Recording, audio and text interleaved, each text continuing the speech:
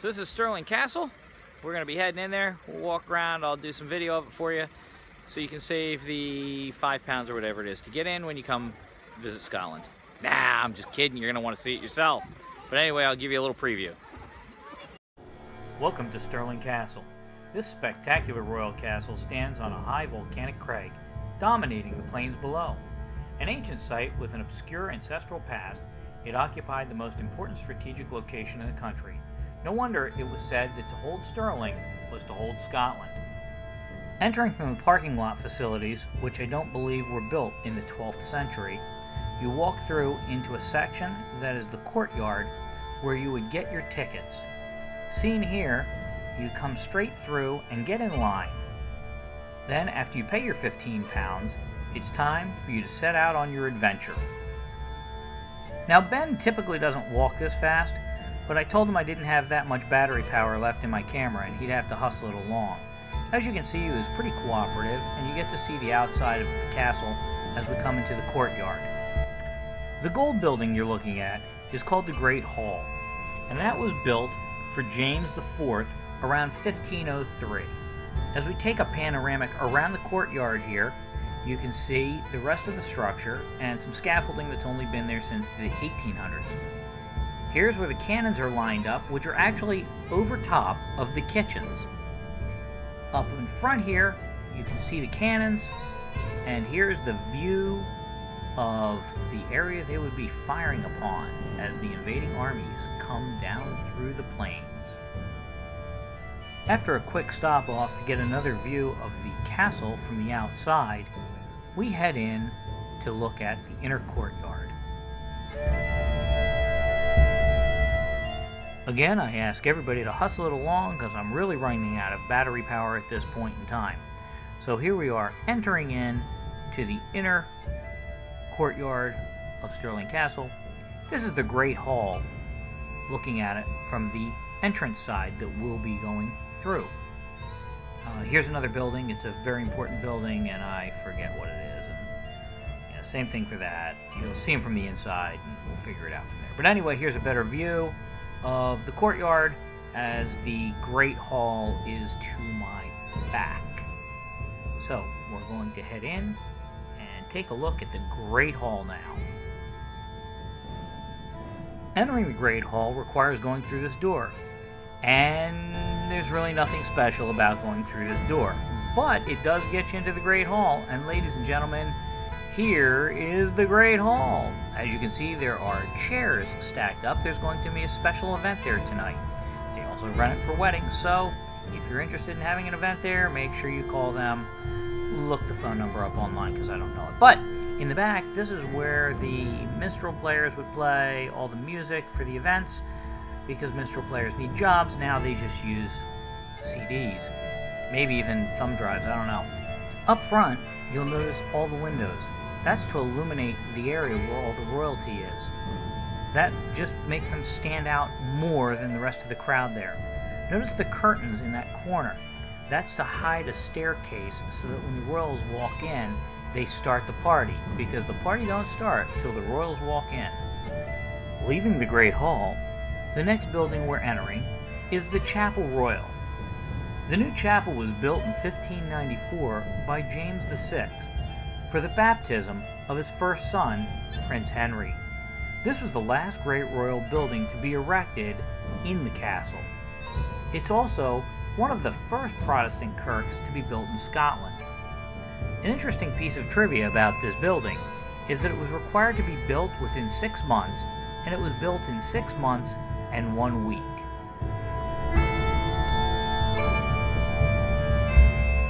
Leaving the Chapel Royal, the next step on our trip was the King's Old Building. The King's Old Building is a fine suite of lodgings commissioned by James IV as his own residence, though it was much altered in the later years for military use. It now houses the Regimental Museum of the Argyll and Sutherland Highlanders. As we enter the original castle, I really don't know what this room is for, but there's a good reason for that. I was filming outside when the tour went inside. By the time I finished filming and I walked inside, they were finishing it all up, and I think the tour guide was saying, and that's why this room is like that. I have no idea what's going on, but this room I can tell you all about. This room is called the King's Inner Hall, and its ceiling is gloriously decorated with replicas of the Stirling heads. These were specially commissioned as part of a project to represent the palace interiors, and it is pretty cool. Check out all the different pictures of the people of Stirling that had some kind of importance or nobility.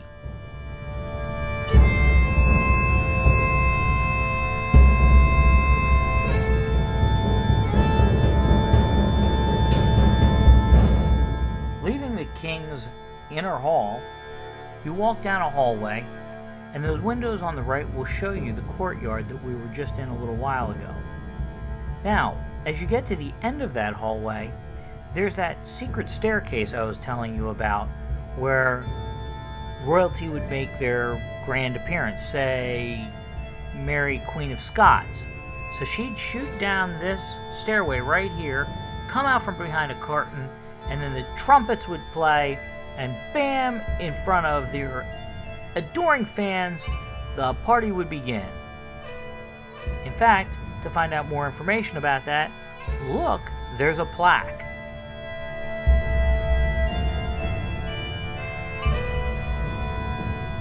Okay, we take the stairs back up through the secret hallway and back into the King's Inner Hall.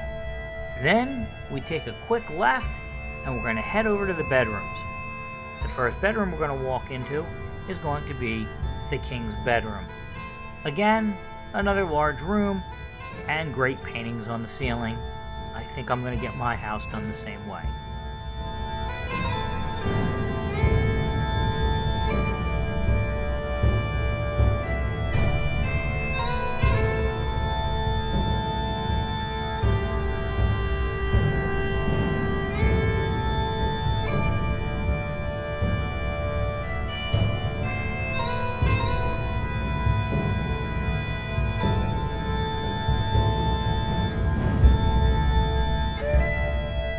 After reading the plaque all about the King's bedchamber, we head off over into the Queen's bedchamber.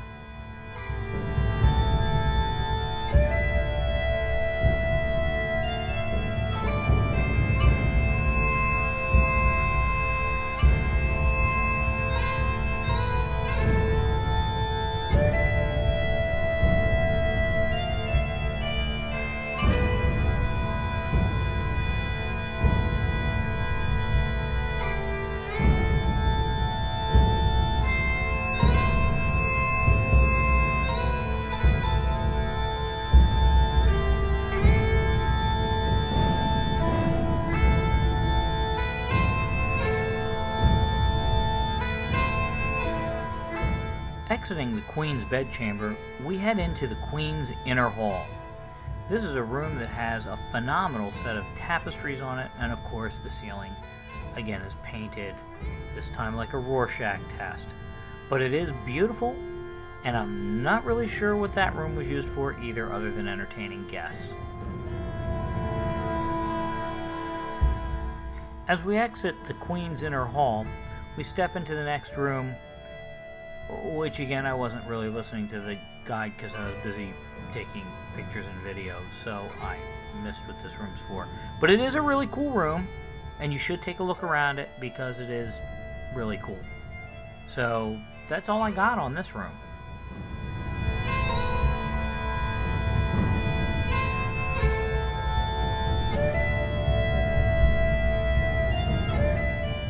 Now as we leave the room with no name, we race down through the hallway, through a door that says, "To the Inner Close."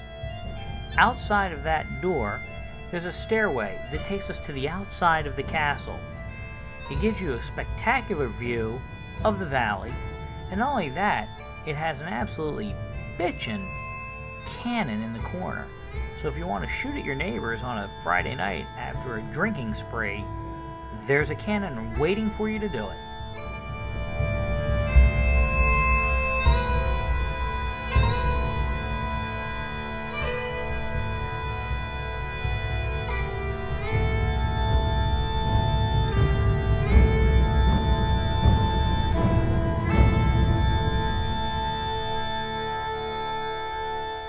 Viewing from the backside of the castle, you can see that the chance of an invasion is going to be nil.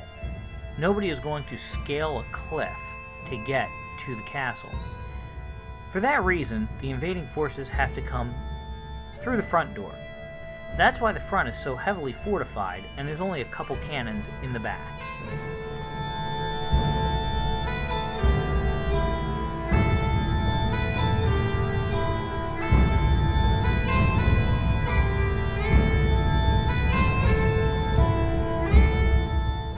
Two things come to mind. Don't you think this guy would have practiced this before presenting this idea? And second, has anybody ever seen a chicken fly very far?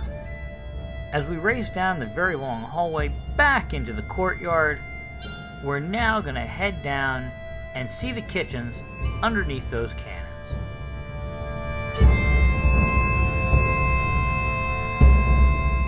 Down under the ground, men, women, and children work preparing all of the foods. They salted and pickled meats to go through the winter and cooked all the foods for all the celebrations. This was hard work, and it went on day and night. In one moment, you will see exactly where they worked and what it looked like.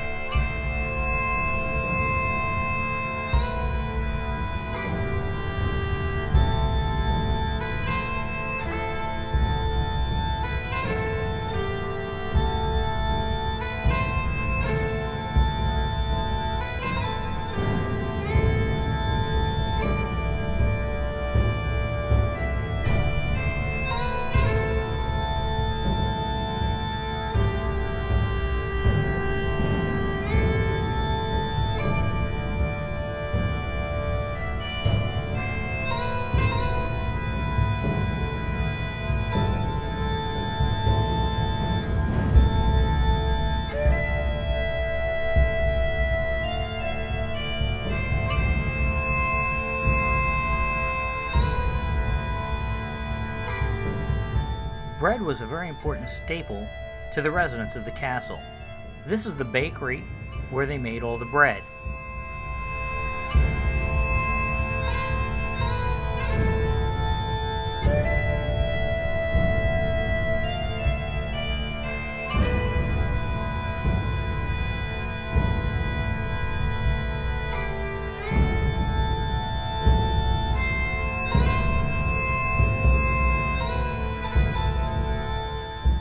After leaving the bakery, we went to the final leg of our tour. We stopped by the North Gate to see some more spectacular views from the castle walls. The North Gate is the oldest part of Stirling Castle's structure.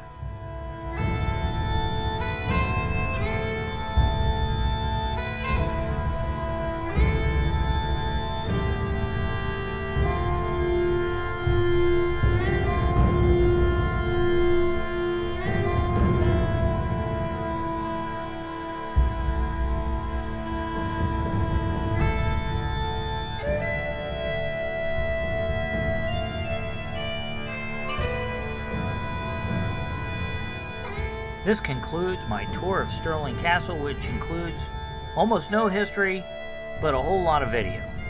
So if you really want to find out about Stirling Castle, I recommend you get on a plane and come to Scotland. You won't regret it.